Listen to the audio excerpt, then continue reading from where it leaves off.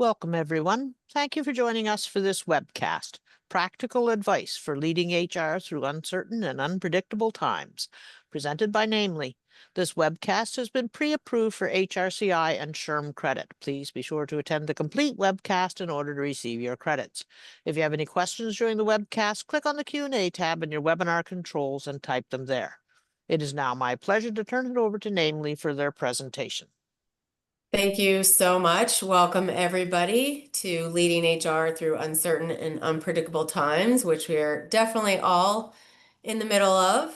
I am Leslie Lyons. I am the VP of Marketing for Namely, and I wanted to take a minute so that we can introduce our other speakers today. Jeff, if you could take a minute and introduce yourself. Absolutely. Thanks, Leslie. And yeah, thanks for inviting me to the webinar. I'm really excited to share this, all the information we have and have the conversation we're going to have talking about the challenges of facing all the HR departments.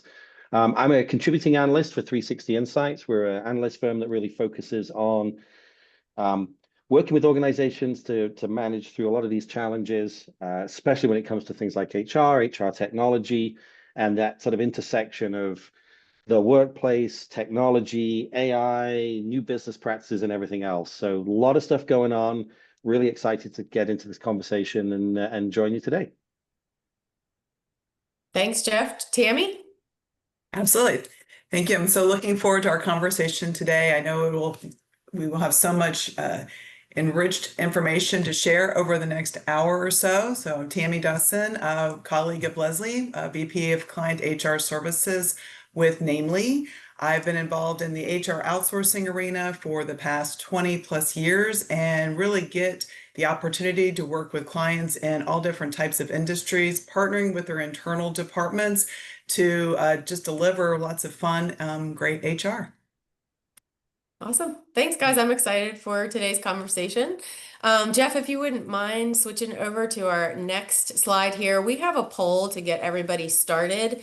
We wanted to ask you, which feels harder right now, meeting business demands or meeting employee expectations? If you could take a minute to respond to this poll, this really kind of will set the stage for where we're going in this conversation in terms of having to be the center as an HR professional or even as another business leader, being put in the center of these two diverse needs of meeting the business needs and meeting employee expectations. So we will give you about 30 more seconds to give us your answers here before the poll closes. And again, just kind of want to get a feel for where you're sitting today. Also want to encourage you to use the chat to share your thoughts and comments around the discussion that we're having or to ask any of the questions. You could do that through the Q&A or through the chat. All right. Yeah, about another I'm really 5 interested seconds. to see the answers. There we go. I'm interested. Oh, we got them? Oh, cool. We Wow, do. awesome. All right. So the answers, we got 24% said business demands. It's harder for them right now to meet business demands. 37% employee expectations and 39% both equally. So what do you think about those results, Jeff? Does that set up for kind of what you're thinking as well? Yeah, it does. I think it's interesting. This trend has been going on for a while. Right? The sort of employee expectation shift has been occurring. It's a long-term trend, and we'll get into some of that obviously during the rest of this session. But this is a long-term shift that we've seen. Expectations are changing for a whole bunch of reasons that we'll talk about. Everything from the demographic shifts to the sort of the fallout from the pandemic to the changes in the nature of the workplace. And I think to see that 39%, and most people are saying they're both equally difficult. Yeah, I think that's exactly what I would expect, because that's what we're going to really talk about today. Is HR is always in the middle, trying to balance both sets of expectations that are incredibly difficult to deal with. So yeah, it doesn't surprise me. I will say this right at the beginning, and I'll probably say it right at the end too. My heart goes out to HR professionals every single day, because they do a job that is brutally difficult every single day, that is incredibly taxing and demanding, and they They rarely get the thanks and recognition that they deserve. And I know a lot of HR professionals, they are amazing. They're amazing, dedicated people. You have to be, right? So yeah, doesn't surprise me at all. Tammy, what do you think? I just think I'm going to need to call you every day so you can fill me up with that information and say, I recognize how hard your job is. Oh, So yeah. 100% agree. Thank you for sharing that. Yeah, absolutely. Okay, cool. So let's sort of thank you for sharing your opinions, everyone, and let's sort of get into the conversation today, which we sort of titled this "Finding the Center," and then I went on a riff with Jane Austen with the shocking tale of Pride, Prejudice, Sense, and a Serious Lack of Sensibility. This will not be a whole bunch of Jane Austen references. For some reason, that just appealed to me at the moment. But this is really based. A lot of the content is based on a couple of different things. Some of it is really coming from a book that I co-authored earlier or late last year around HR for small businesses. A lot of this is content from recent research and, of course, from the perspectives of the team at Namely, who see so much of this every single day and are sort of elbows deep in helping organizations get through these challenges. So a lot of this is going to be about exactly what we just started talking about, which is how do you find that balance, that sort of center of things. And the name of the book, by the way, and I'm not going to keep referencing the book. I'm not trying to sell copies of my book. Although if anyone wants to buy one, please let me know. Just kidding. Is Center the Pendulum, because what I have seen, I did so many interviews with HR professionals. Actually, I spoke to literally thousands of HR professionals over about a year and a half in the run up to the book. And the sense of what I got was that HR is really in that middle, trying to balance the needs of the business against the needs of the and expectations of the workforce. And it's never a static challenge. It's like a pendulum that swings back and forth. Sometimes you are pulled much more into the sort of the world of what are the expectations? How do I meet the needs of my employees? Other times, the business has very real, meaningful, and important demands it places on you, and that pendulum shifts back and forth. But HR's job is always to bring it back into the middle. You can't allow it to swing too far one way or the other, because to do so is a real challenge. And that's sort of why this is the theme of this presentation. And I think it's something that I know, Leslie and Tammy, you see this all the time. Yeah, I would say the other complication right now, though, is trying to do that amidst this kind of what's next environment, like what's coming next that I'm going to have to throw into the mix of that balance. Like, I feel like I've got it in control, and then all of a sudden I've got a new regulatory requirement that I've got to follow and take care of, or something like we'll talk about COVID a little bit, but that pops up and now that's disrupting everything. So it's kind of like, how do you do all that amidst all this? I don't know what's coming next. So.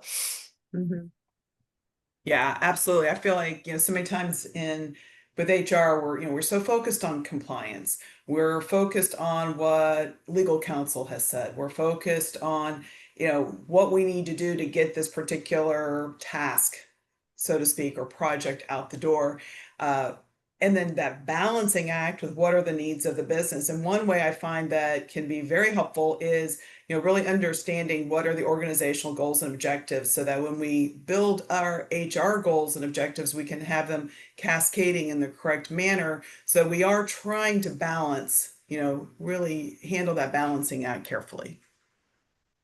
Yeah. And you're right. The sort of sense of I like the way you described it, the sort of the what's next environment. And I think that sometimes feels like, I wonder what's next. And then other times you're just like, what is next coming? I mean, it's like, it feels like every time you sort of get on your feet, something knocks you down again.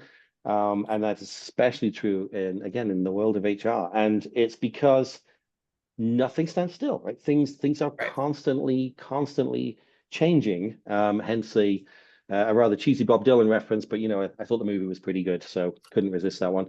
But the times are changing, and it's everything about the times are changing, and they're changing so fast. The pressure on business. I do a lot of writing and a lot of presenting on sort of business challenges in addition to HR challenges, and you think about the extraordinary complexity of business challenges right now. We will touch on so many of these drivers, but just changing, supply chain disruptions and changing the tariffs, for example, on all sides.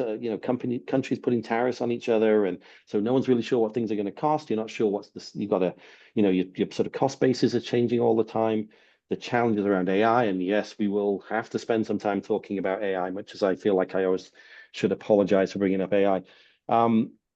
Everything is changing so quickly, and yet always, you've got the contention between the business and the needs of the business that must be balanced with the needs and demands of the employees. And so that just means that as hard as it used to be, and it was, as everything else is changing around you, the pressure on HR professionals to get it right every time, all the time, is so much higher right now. And I don't know, honestly, if I see that challenge dissipating at any time in the near future.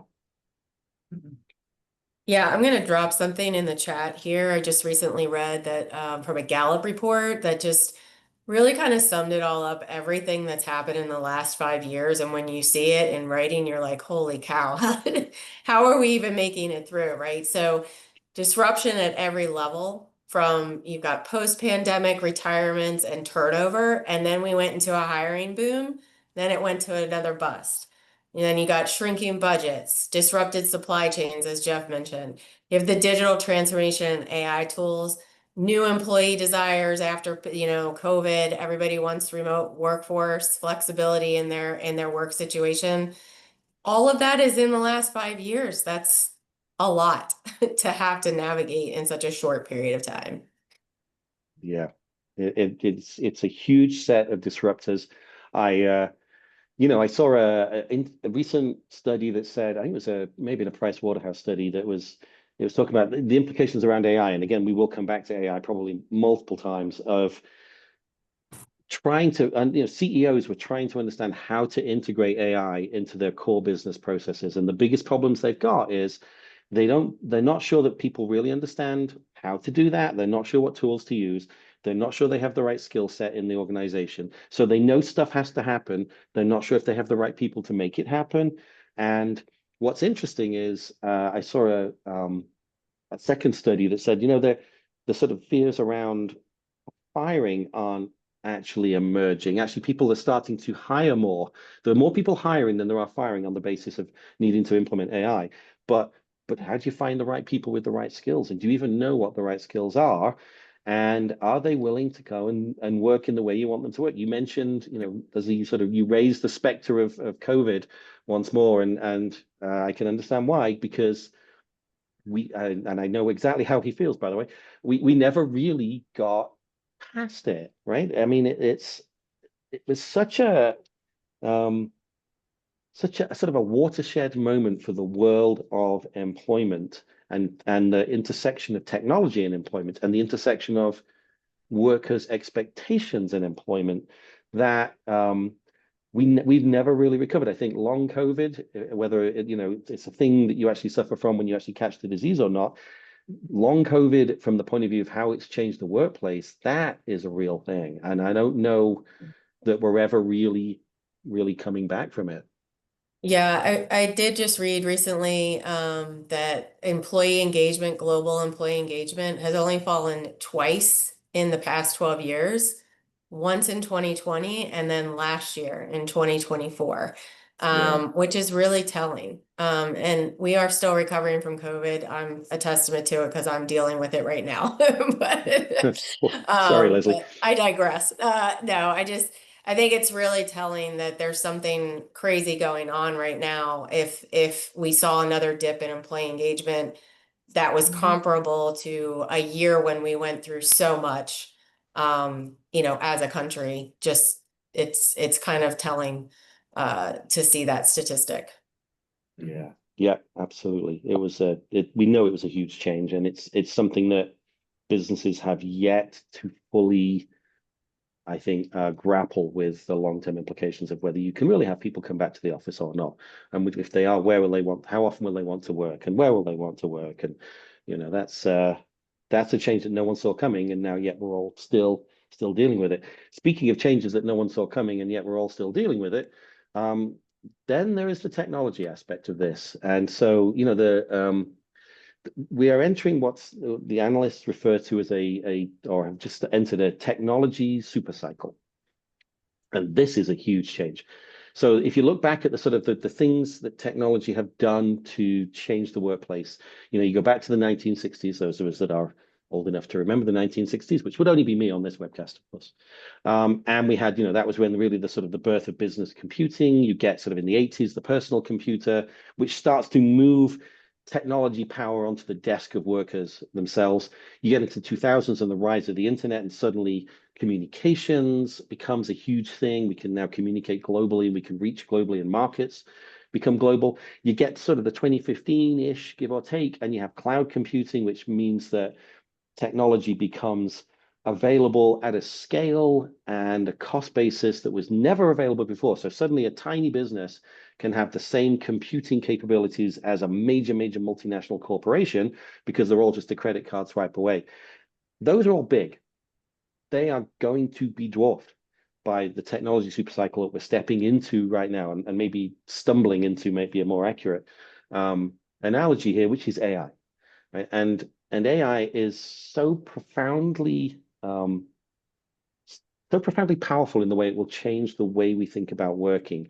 I spent yesterday, for example, in multiple workshops just evaluating how AI will change the way that we do our jobs, because it is moving so quickly. And I think what's telling about AI is not that there's the billions upon billions upon billions that are being spent just in AI research right now, but the fact that the companies that are spending that kind of money find themselves suddenly shocked and surprised by developments in AI.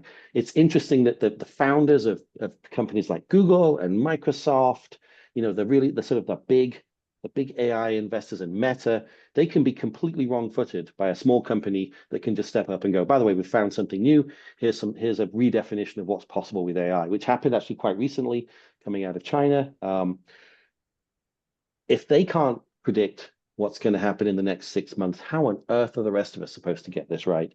And that, I think, is you know, we're going to talk about how AI both helps and hinders the evolution of HR and the way that HR has been asked to sort of center all this stuff. But it is going to be an interesting ride, I think, for the next few years.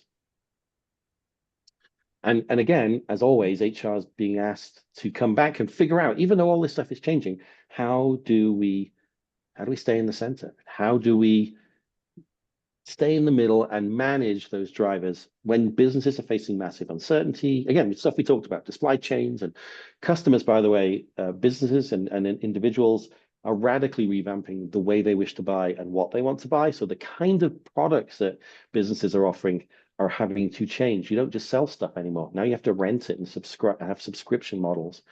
And on the employee side, you've got, you know, the workforce is a changing. Different generations expect different things. I'm a Gen X, you know, I expect to be treated poorly, and I have to say thank you for it. That is not necessarily the case of many people. I know I'm only joking. Many people, I'm editorializing too much on my own experiences here. But economic pressures for individuals, you know, people look at this saying, how do I, you know, I want more money for this. I want to do less work. I'm becoming disengaged. HR's sitting right there in the middle with all these challenges. And it is, please forgive me for using the worst, most overused analogy ever, but I have to use it, which is it is an absolute perfect storm. It is. I think this is the time we should actually use this analogy. HR is massively understaffed. I don't know any HR department that goes, yeah, we have enough people to get our job done, really, right? Where everybody's holding down 3 jobs. There was a study recently that said that HR professionals spend 50% of their time or more just on administrative tasks, shuffling paper around, filling out spreadsheets, responding to emails, and in the face of incredible uncertainty in every single direction. It is a tough time. I mean, I know you see this, Tammy, you see this, Leslie, too, Yep. of just how difficult it is. Yeah, absolutely. sorry, Tammy. I was just going to throw another stat into the chat real quick that reinforces this point. and really was eye-opening to me. The Hackett group found that workloads were expected to rise by 10%, but headcount and budgets were going to decrease. It's like, how do you manage that? It's a very challenging situation to deal with. So Mhm. it is the perfect storm. Yeah, I know, absolutely. And I know everybody on the call can, it doesn't take us long on the HR side to really see where we can get stuck in the weeds on administrative tasks and duties.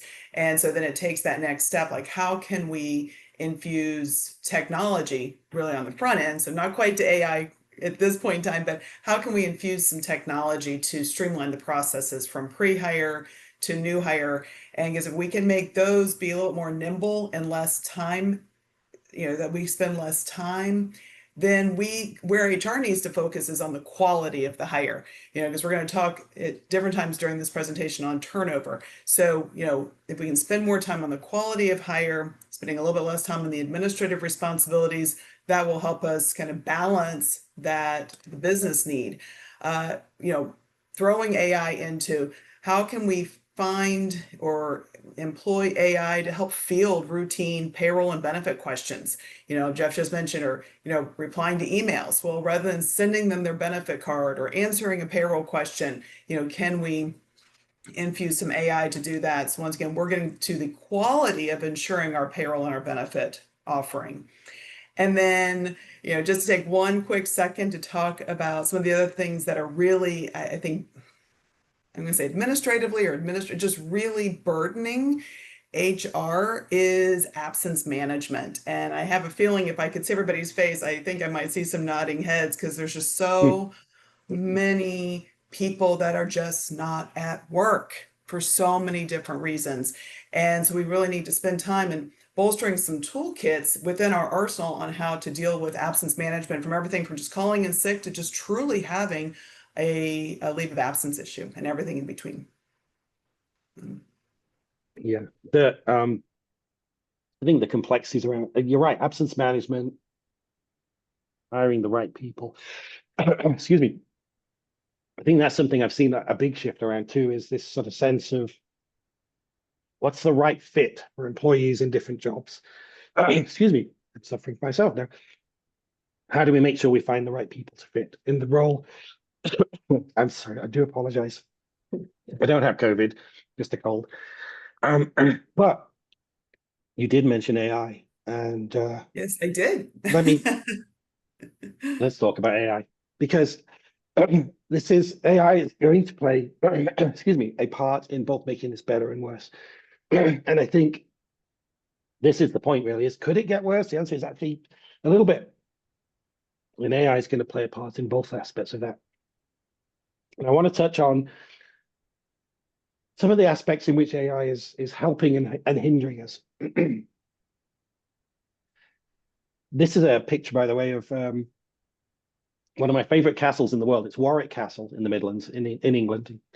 And it's home of the Percy family, goes back 600-700 years. They were the Earl of Warwick was known as the Kingmaker during the one of the many wars in England, because he was so powerful. He literally could choose who was going to be the king. He was never king himself, but he chose in the War of the Roses both sides and favored both kings, and he was known as the Kingmaker. I feel like this is a good analogy for AI for two reasons. One is because I think AI is going to change a lot of how we define things. It's going to shape a lot of how we define success.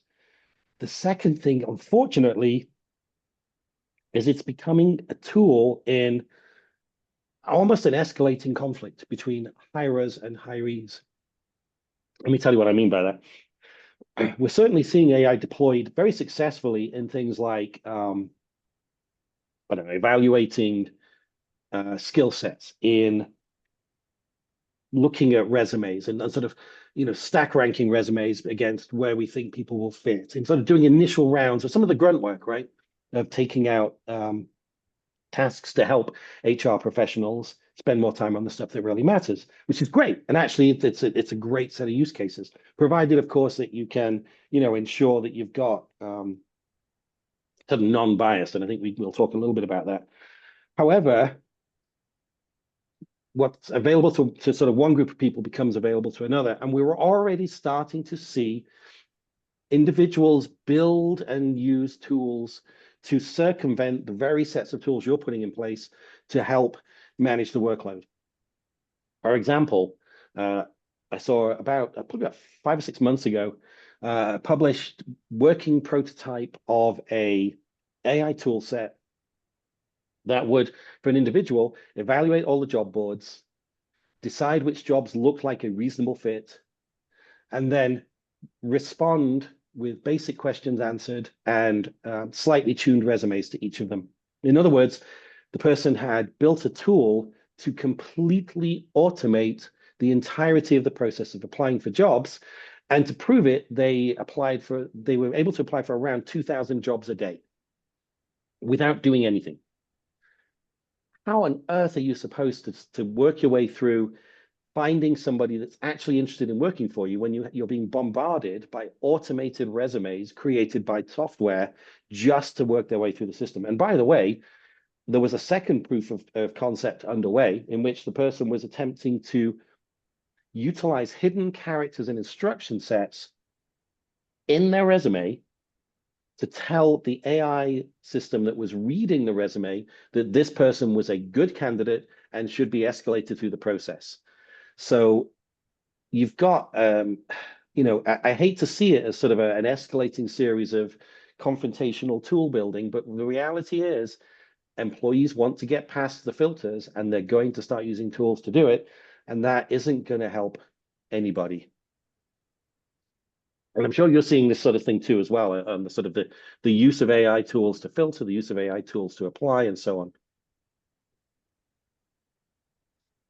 All right. Yeah, no, yeah, absolutely. Yes, we are seeing all of that. And I think, what's so critically important is, for, HR departments now to consider creating their policies. How do they want AI to be used within the workforce? And how do they want to make sure that there's still a people component to just get to your point, Jeff, when you need to, you can rank file so much the resumes, but if you're weeding through, just people that really aren't looking for a job, probably the best way to do that is to make sure you still have, a significant amount of human impact within your AI practices.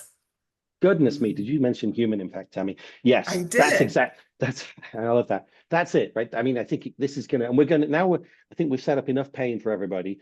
We're all sort of feeling like this is terrible. So let's talk about the path forward, and the path forward actually becomes very human, and I think that's so important.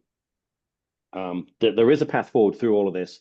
There is a path forward through a lot of the pain, and again, as sort of during the process of researching, writing the book, and the work I've been doing with 360 Insights, doing a lot of interviewing of HR professionals, writing about HR practices and so on. There is a path forward. There are things that organizations are doing today to be successful, and let's focus a bit on what we've seen as the sort of the best practices to actually get things done and achieve. And the first thing I would say, looking back at all the interviews I did, and that's some pretty basic stuff. Like basic stuff is, I think, done well is what's going to shape a lot of the success. And it was a sort of a combination of, this will not surprise anybody, but things that you do around the processes of HR, and then how to pull the people in, the people aspect of this, which as HR professionals is what you're good at. And on the process side, what I heard over and over and over again was simplify, simplify, simplify, streamline the processes, automate where you could, get away from that brutal administrative burden. And that's where, as we're going to get into this later on, a lot of technology and tools can actually help and will help, right? Enabling, working with partners to enable you to get rid of the sort of shed the sort of this sea anchor that's holding you back.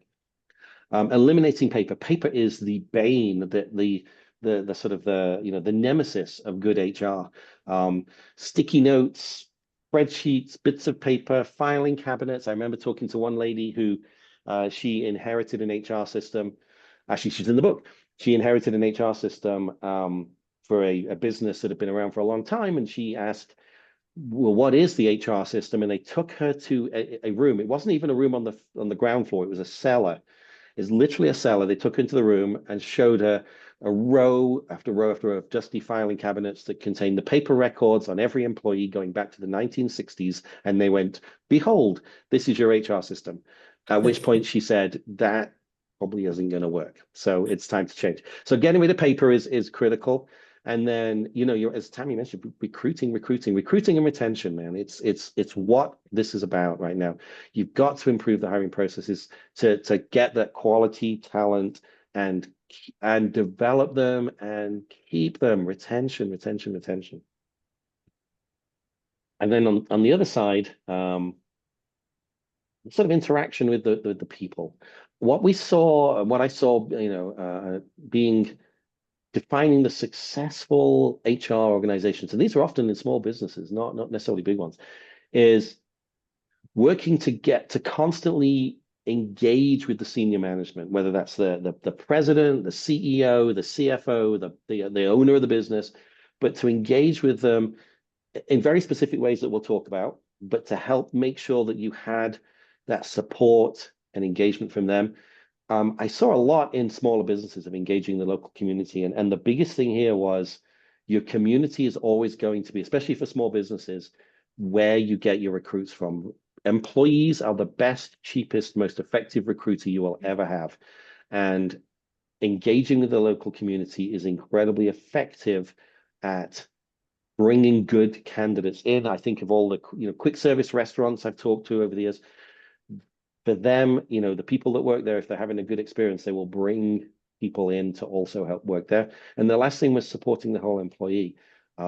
It sounds very sort of nebulous and fuzzy.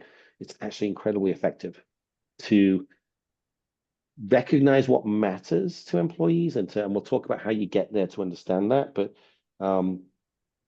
I think that's one of the biggest things you can do is to understand what really matters to your employees and then support that. And it doesn't have to cost money. It can be very, very straightforward. I remember an example I'll tell you really quickly of a company I interviewed.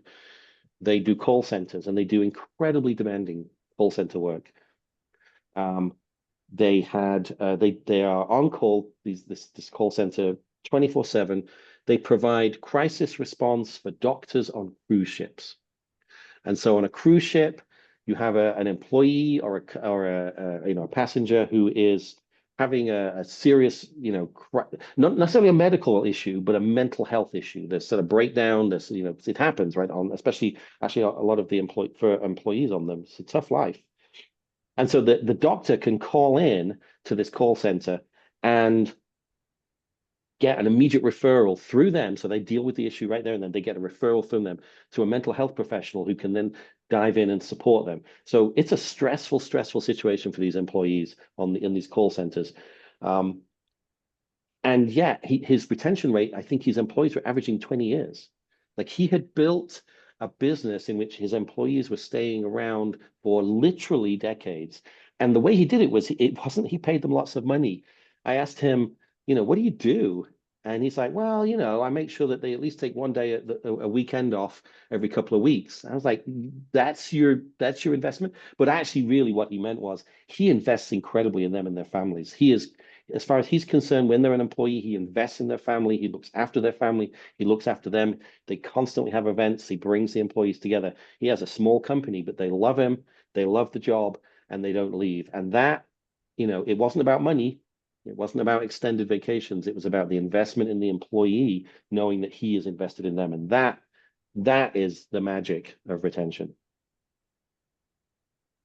Okay, so that was all good. And sort of those were consistent aspects of what I saw.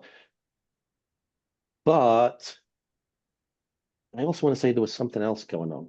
Again, in these literally 2,000 conversations I had over the course of the year and a half, and the dozens I had specifically digging in on the book, there was something else happening that I wanted to call out. There was something else going on, and it took a while for me to get there, but it was this.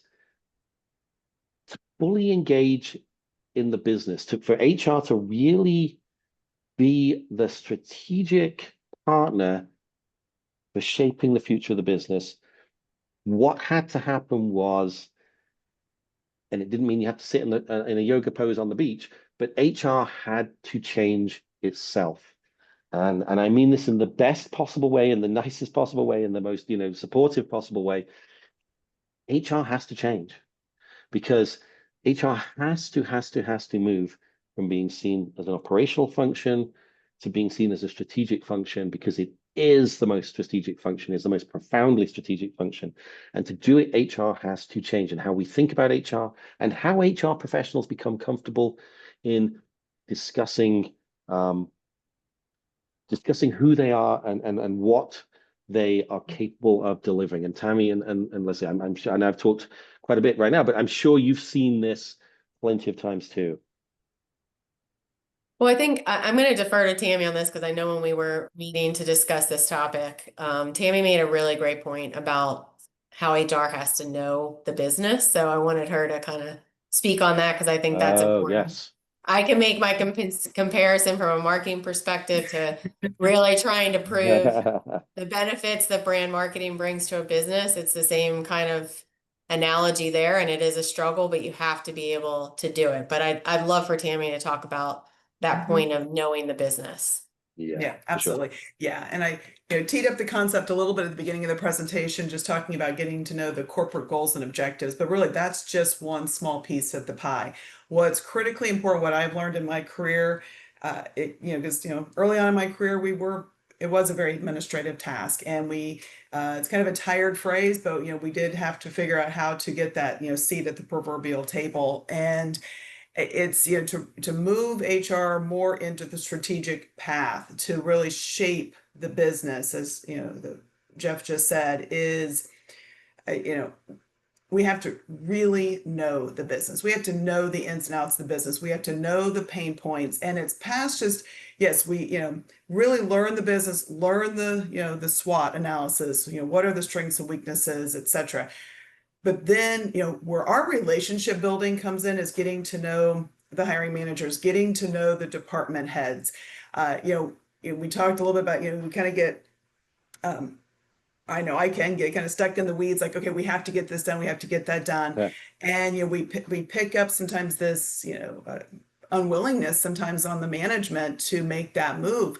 And, we have to ask why. Like, what is it that we're missing? I'm going to give a very, very simplistic example, but maybe we set you have to review all time cards by noon on Monday, and we can't understand why that's not getting done, right? Seems so logical, seems so reasonable. Noon on Monday, why can't we get that done? What I've learned, kind of sometimes the hard way, is we have to start asking the questions, like, what else is going on? Maybe there's some competing demands. Maybe they have a big operational spreadsheet that's also due at noon or at 1 p.m. on Monday. And so what's going to fall to the wayside? Yeah, timekeeping is going to fall to the wayside. And we're going to frustrate ourselves until we just start asking some of the questions, So, and I think that's a very, very simplistic example, but I think that holds true for everything. Like, how do we, learn the business? How do we ask the right questions? And then how do we infuse our needs with the needs of the business so we can keep shaping the strategic side of HR? Absolutely right. And then that we have a way to go, right? We have a long way to go. There was a study done earlier this year that showed that it was a global study of HR leaders. Only 50% say that they've seen as strategic today. And that is a huge challenge. And what's interesting was when they evaluated which parts of the organization believed HR was a strategic function, the part of the organization that believed it least, that was least likely to say HR is a strategic function, was finance. And where does HR so often roll up to? And that's, because you think you've got they're thinking in terms of numbers, hard data. We're talking about employee experience and, matching people to the right jobs and building their, the employees themselves. It's difficult to do that translation. And you're right, Tammy, that we have to, HR professionals need to be at the table. I remember being told in my younger days, if you're not at the table, you're on the menu. And we need to have We need to make sure that HR has a seat at the table because it is such a strategic role, yet it is not understood as such. And there are paths and there are things we can do. We're going to talk about them to help get there. But the path forward is one that requires us to connect the power of HR to shape the business with the language and the understanding of those people with whom we must communicate. And part of this is really, let's build that clear vision for what HR can actually do. And this is where it's great when you work with external analyst firms. Obviously, I'll make a plug for 360 here, but when you work with external analyst firms, when you work with business partners, with partners like Namely, for example, you can set a vision for how HR adds value to the business. You get alignment, and I saw this so many times of, I need to make sure that my senior management understands why I want to do the things I'm doing and help them understand the value it's going to deliver, not losing people, making sure I get the right people, making sure we're fully staffed, making sure we have the right skills, picking the places where you get the wins. You can't boil the ocean. You've got to pick some places where you can get a win and get a win quickly. And then you got to celebrate it. You got to go, we did this, right? I told you this mattered. We did it. It mattered. Look at what we've been able to achieve, because by doing that, it's, we're all human. You get the right, you earn the support to do it again. And that becomes a virtuous cycle. You build momentum, things start to really have an impact. Suddenly, HR is being consulted on the things that it should be consulted on. Yeah. Okay, great. Yeah, I would just, Go ahead, add Connie. to that, just talking about, making, small wins and making them visible. And we mentioned this already, low cost. So many of these things do not need to have Oh, a yeah. big cost tag. That, we could look at no cost and low cost. And I think I'll just throw in a couple of my funny examples because they were little wins, but they moved the needle for the employees. And so much time that's, what's important. But one is we had just by talking to employees, finding out, what makes them happy, what's frustrating them. Learned a couple of things over the years. And one was, I called it the strobe light effect. It was the ceiling fans that were too close to the fluorescent light. So when they ate lunch, they felt like it was the strobe effect. And so we just had to call maintenance in to move the ceiling fans. And then you just got like this, oh, thank goodness somebody listened to us. So it was kind of a double win. One, it was inexpensive. But secondly, what was the employee takeaway from that? Somebody finally listened to us. We've been saying this, somebody finally heard us. And then the other one is, right now we're in a heat wave, right? So if, we just started allowing employees that could, wear modest shorts. And once again, it was like, oh my gosh, thank you so much. So little wins, no cost, but it really sent the message that we were listening. And then we make those wins visible that, we are, making some impact towards the employee experience. Yeah. And it's again, it starts small, start simple, start fast is what gets you there. I know we've got a lot of content to go through, so I'm going to make sure I don't drag us down too much with too many more anecdotes. But part of this also is understanding what really matters to the employees too. If you're going to focus on wins, focus on the things that matter to the employees. What we see over and over again is things like access to self-service payroll information, benefits, recognition of feedback, opportunities to grow and learn, flexible benefits. I mean, these are all the things that we see in the mix of the tools, the levers that HR can pull to demonstrate and affect the employee experience such that you can then start to show it's having a positive impact on the business overall, and that's really where you start to get those wins. So it's really, really huge. And by the way, you can use, this is a place where AI can actually be helpful. And we can, yes, AI can actually help here. And the way it can help is to understand what really matters to the employees, is to really sort of dig in and do the analysis. And increasingly, there are analytical tools that are very smart that will help you understand what's really going to move the needle on this. Thinking like looking for the root causes of turnover so that you can improve retention. tracking engagement trends, surveys, and so on. Although I know, Tammy, you have some strong opinions on surveys, which I'm going to let you speak to that as well. Forecasting the impacts of change and so on. And these tools are becoming very easy to use. You don't need to be an expert in using them, but they give you the data to then take back to those data-minded people to say, that's why we're going to do what we're going to do. Mhm. Yeah, no, and I think surveys are extremely and critically important, providing that we're using the information that we're receiving. So we want to get away from that survey exhaustion. If you know, only use a survey if it's going to be meaningful information and we're going to do something with the information. So, you know, I think it's kind of turning capturing the information. We can get the quantitative data. We all love our quantitative data. We can study the turnover. We can study retention numbers. Let's create it to be more like people analytics. Let's throw that human side back in. Let's throw the people in. We can do it with surveys. Maybe we can do it better by just asking questions or doing some focus groups. But moving, adding qualitative to the quantitative, looking at just a quick example, looking at your turnover data, or looking at people that only stay for 90 days or what have you. Let's find out why, what's really happening. Talk to the employees, and then those are the changes we're going to make recommendations for, so that we can hopefully see some quick wins and see some of those retention numbers improve and that turnover fall. Yeah, The other thing absolutely. I was just going to jump in and say the only other thing I would note here is that when you are doing that data gathering, to make sure that you're looking at the generational and demographic breakdowns of the data, because it varies from generation to generation, as Jeff has pointed out before. I'm in his generation also, so we have different expectations than my daughter and son, who are soon to be entering the workforce. So I think it's really important to remember that. And also, your employees are going to have a different expectation of their experience than employees at a different company. It's just going to vary. So you need to really make sure you understand what the expectation is from your employees within your organization. Yeah, absolutely. And it's taking that, it's Tammy's point, Leslie's point, it's taking that data, and then again, now you start to behave in the same way that the rest of the business expects. To go, look, this is the outcomes we're trying to achieve.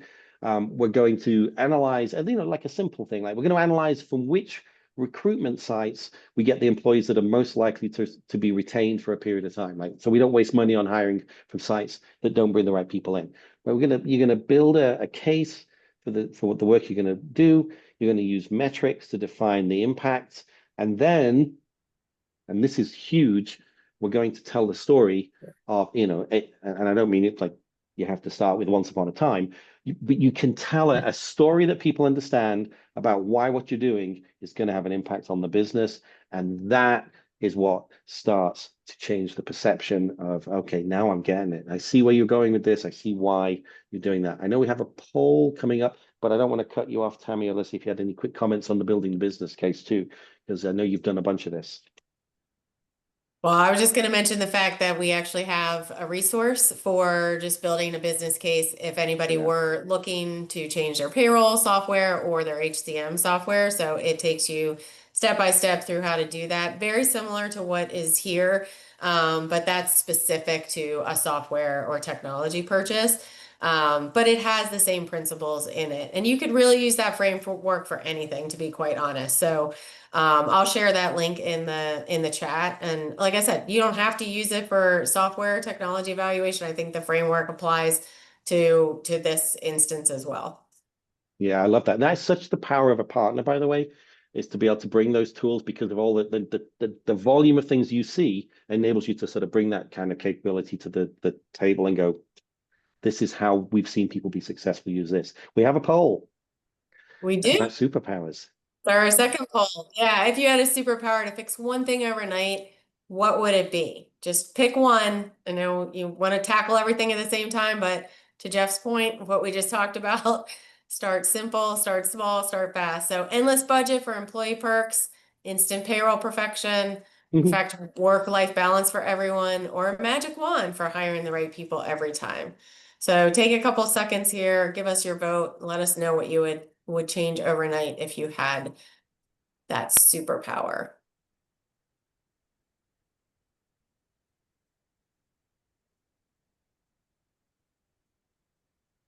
All right, 5 more seconds. I think we're probably in good shape. I'm gonna grab that link to our resource. All right, our results, Oh, here we go. 70% would do an Ah. endless budget for employee perks. Only I 2% love that. instant payroll perfection. Yeah. I love 41% perfect work-life balance for Yes. everyone. I love that. And Yeah. then that magic wand for hiring the right people, very close behind at 39%. So Yeah. Perfect work-life balance. I love it. I love it. yep. The Wouldn't fact that there is a work-life balance, I love that too. Let's at least have one. So yeah, that's great. That's great. And that goes such a long way to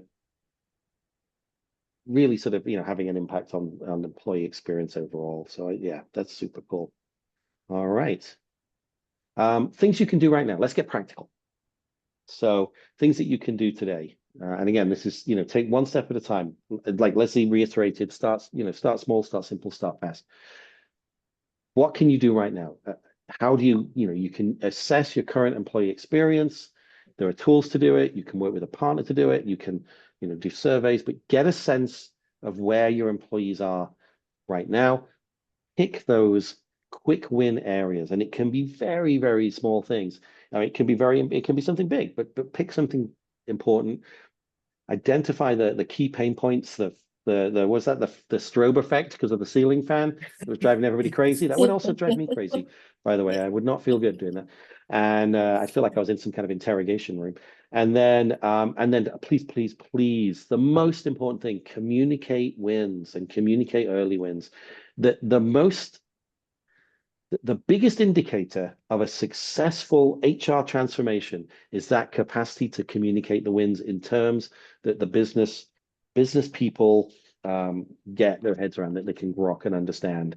Communicate those wins is so, so important, and it gives you the fuel to keep bringing that pendulum back to the middle again. I think it's super, super important. Mhm. Yeah, I've got, just a, super quick example on it. I love the identify the friction point. What are some key pain points and challenges? And, one example I have is, a turnover on the night shift, and specifically turnover when it's in a very stressful environment and they're also working 12-hour nights. And, one pain point that we picked up is the employees were like, we're just so tired and we don't know if we can drive home. And it was just that little, I'm like, well, let's get you Ubers, let's get an account and get Ubers to drive you home. And I think, once again, it goes back to like, oh, wow, they really care. They really care that, we've just put in a grueling 12-hour shift, and not everybody took us up on it, but the fact that it was available and it could de-stress that point. So that was it. Because I don't think there was huge utilization, but you could almost see this collective like, oh, that's great. That's good to know. That's good to know. Yeah. So, Yeah. we talked about, Hugely, hugely quick important. wins. Yeah. Quick Mhm. wins, simple wins, didn't necessarily Yep. cost a lot of money. And to your point, even if they didn't take the Uber, it impacts everybody who knew that there was an Uber available. That's the thing, right? The real value is just a demonstration of helping them. So again, tools, I think technology and tools can help in a lot of this. Recruiting, we know, is a massive time suck. It's extremely painful. It's difficult. Again, for some businesses, it's a relentless Sisyphean task, if I can get pretentious to start quoting the Greeks, of just constantly having to hire people. So the more you can streamline that and use tools to help you do it, automate job ad creation can be done, right? Automate job placement, et cetera, et cetera. Automating any of the manual tasks really is super, super important. That's the value where it'll unshackle you to focus on what matters. Using those analytics where available, don't be frightened. The tools are there. I think, I'm sure more people are playing with those tools. Obviously, be very aware of things like security and privacy. Don't dump all your HR data into a public version of ChatGPT, because suddenly everybody else will be looking at it too. And please don't do that. But there are tools that you can use. There are private versions of tools you can use. You can start to do that, and partner for extra lift. I have to say that the successful HR organizations know when, where, and how to reach out to a partner to say, hey, help me with the technology, help me get this set up, help me get through this process. I need advice. I've never seen this before. I remember a story, it's super quick, but I remember a story. I love this story. An HR partner got a phone call from in a partner organization, got a phone call from the HR team, and they said, we have a bit of a situation. We have an employee who's wandered into the building with a crossbow. And we're not really sure what to do about it. Now, he wasn't being threatening. It was Valentine's Day, and he dressed himself up as Cupid and wandered in as a crossbow to meet his girlfriend, who also worked. And they're like, so we don't really want to punish him, but we really don't want people coming in with a crossbow in the building. So how do we handle that? Like, nobody's seen that before. So, it's sometimes you just have to reach out and get a little extra help on dealing with the more eccentric employees out there. Yeah, Because- 2 seconds, just a shameless plug, obviously, for Namely. I mean, Please, obviously, yes. everyone knows we have HR software that can help automate all those processes that we've talked about.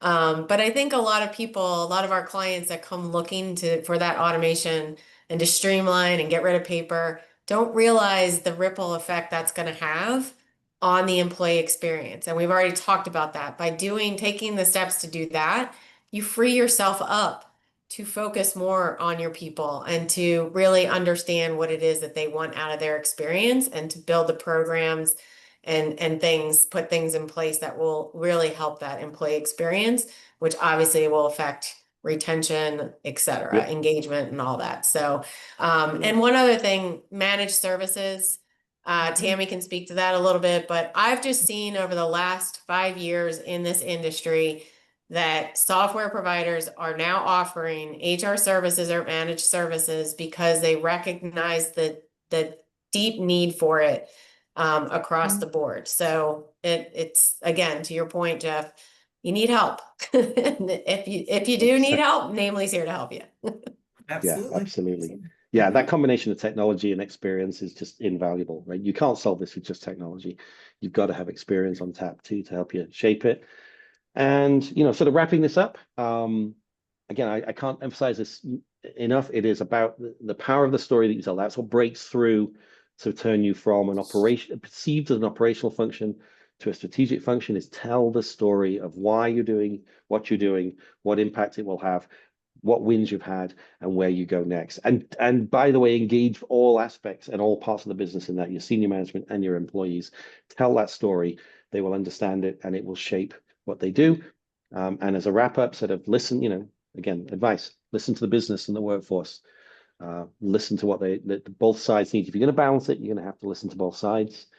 Pick what really is going to make a difference right now, and then create those employee experiences that recognize who your employees actually are. And by doing that, then you start to really sort of center that. You get to center that pendulum. You get to center, again, bringing it back to the middle between the needs of the business and the needs of the workforce.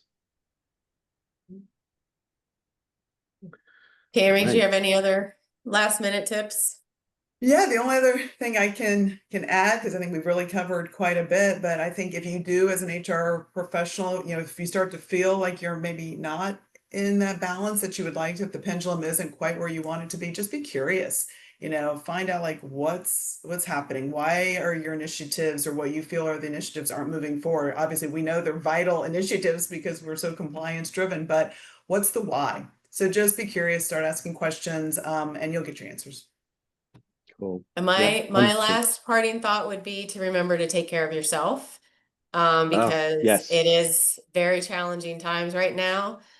We all know that burnout is a real thing. In fact, we just had another webinar on that not too long ago, right, Tammy? We did. So just make sure you're taking care of yourself. And if you follow that kind of small, one step at a time process, you lower your risk of burning out.